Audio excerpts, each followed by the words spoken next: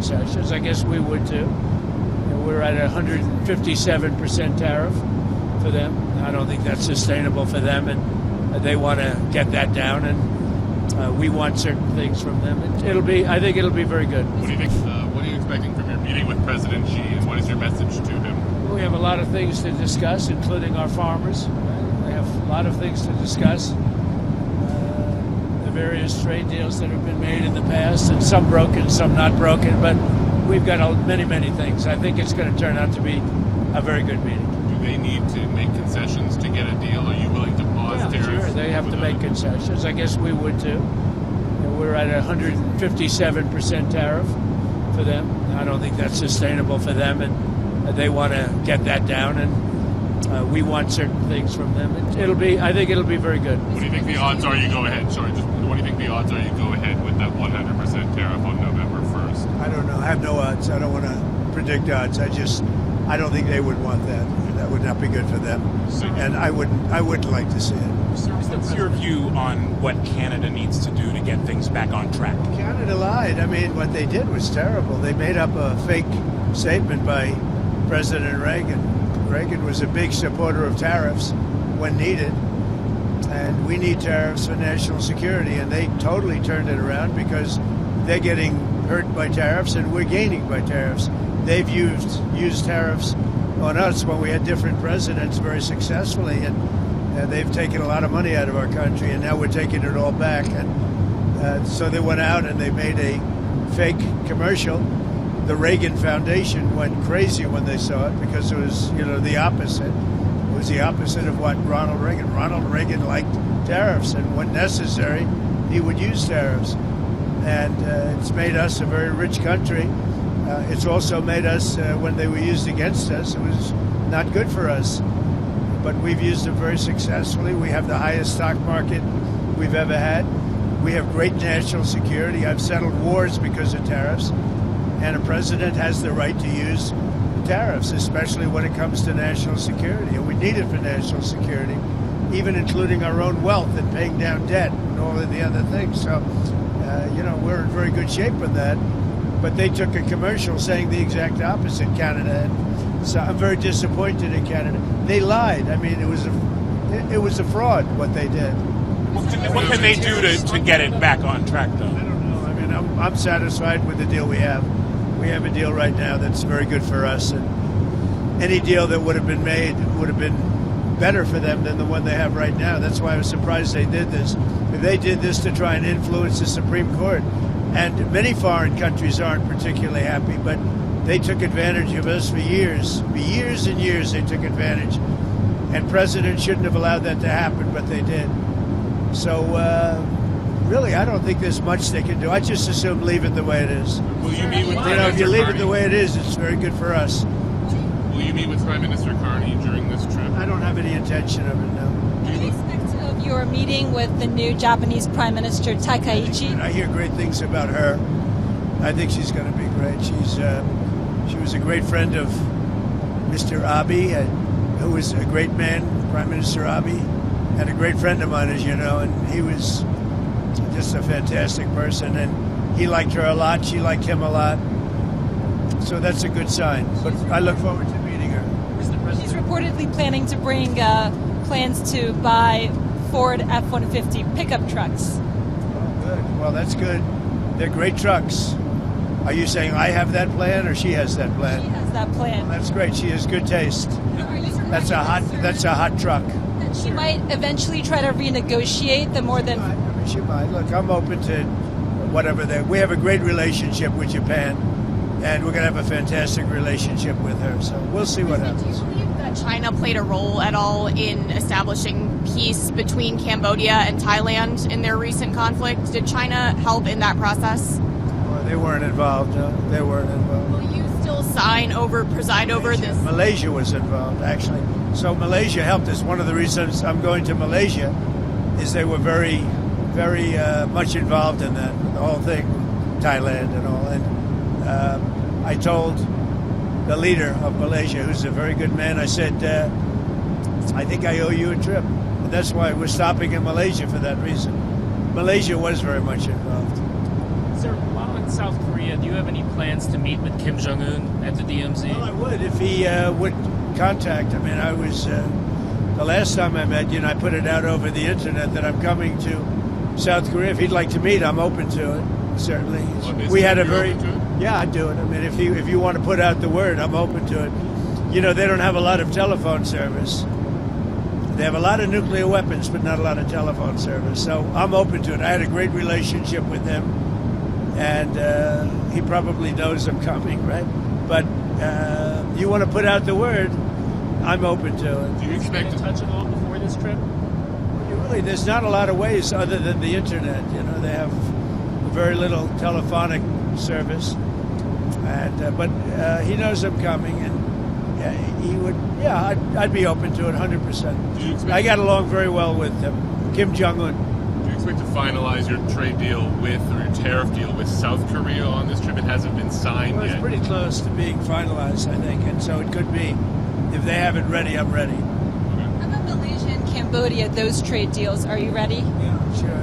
If the papers are ready, we have deals with a lot of people, and they're very good deals. I hope they're very good for everybody. Do you know if the signing ceremony? Who do you win? I'm with Politico. Politico, wow, that's good. Do you know if the signing ceremony stepping up their game? That's good.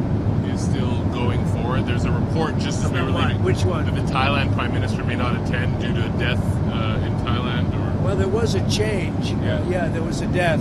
So I don't know. I really don't know this. No, I don't know that. Did you manage to find somebody to pay for our troops during the shutdown? He's a great gentleman. He's a great patriot. He's obviously a very substantial man, and he contributed $130 million toward the military in order to make up any difference. So he wanted to see the military get paid. So did I. And he's a wonderful man, and he doesn't want publicity. He doesn't, he'd prefer, I think, that his name not be mentioned, which is pretty unusual in the world I come from. And in the world of politics, you want your name mentioned. He doesn't. He's a great patriot. He really is. He put up $130 million in order to make sure that's a lot of money, in order to make sure that the military got paid. And he's a big supporter of mine. Is it an American citizen? It is, yeah. Great American citizen. Do you want Congress to pass a bill to allow 42 million Americans to continue to get food stamps during the shutdown? Well, I'm going to let some other people talk. I'll have a comment on that later, but the Democrats are stopping it. All they have to do is agree to let's go, and we're ready. And we voted for it many times. All we need is 5 Democrats. The Republicans vote for it, but we'll see what happens. But really, this is purely Democrat. They're doing some really bad things. I think they're lost souls. You know that is they are lost souls. After this trip, do you think you'll sit down with Hakeem Jeffries and? I would. I'd be willing to. I would have now too. I left. I said, "Come on over. Just put the government back. All they have to do is say yes, and it's over, and we start, and then we go into a negotiation." Look, Obamacare has been terrible. We can make it better. I'm all for that.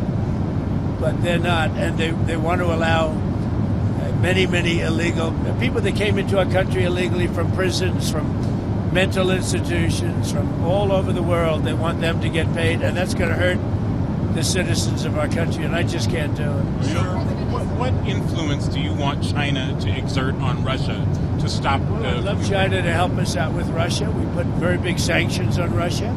I think those sanctions are going to be, they're very biting, they're very strong. But I'd like to see China help us out. I have a good relationship with, as you know, President Xi. Very good. We're going to be meeting. We'll have a good meeting. I'm pretty sure we're going to have a great meeting, maybe a great meeting. But I think we're going to do some good business. One of the things we'll talk about is the Russia-Ukraine. They're killing 7,000 people a week, soldiers, mostly soldiers, and we'll certainly be talking about that. He'd like to see that end too. And do you worry that the sanctions are so biting that you might push Putin too far? I don't think so. No, I don't think so. He's saying, well, they won't have that much of an effect. So I don't know. That's what he says. I don't think he's right about that. But we'll see. We'll see what happens. I think he'd like to see it over with. Earlier this week, you said that you don't think that China would make any moves on Taiwan. What gives you that idea? China would what? Would make any moves on Taiwan? What makes you think that? I hope they won't. We'll have to see. Maybe they will, maybe they won't. I hope they won't. I think it would be very dangerous for them to do. Are you open to changing U.S. policy on Taiwan? Well, I don't want to talk about that now. I don't want to create any complexity. The trip is already complex enough. Is there any reason? But you know, I think China wants to have 10 great years, and they can. You know, they can, or they can have some bad years, and they don't want that. And we're going to have a very good meeting. If you don't get a deal, what will you do for U.S. farmers who are being impacted by the We're going to soybean? subsidize them, and we'll give them some money because it's not their fault. They've been doing very well. They did very well under me. Even if you look at the ranchers for the first time in years have made some money, but the beef prices are up a little bit, so we'll have to make a determination. But the ranchers are very happy because, you know, for many years they suffered. Now they're making a little money. They're making some money, and that's a good thing. You know, I'm happy about that. So we'll see, but we'll see. Beyond that point, we'll see. Back on North Korea, they say that in order to have talks with the U.S., they have to be recognized as a nuclear power. Is that something you're open to? Well, I think they are sort of a nuclear power. I mean, I know how many weapons they have. I know everything about them. And I've had a very good relationship with Kim Jong-un.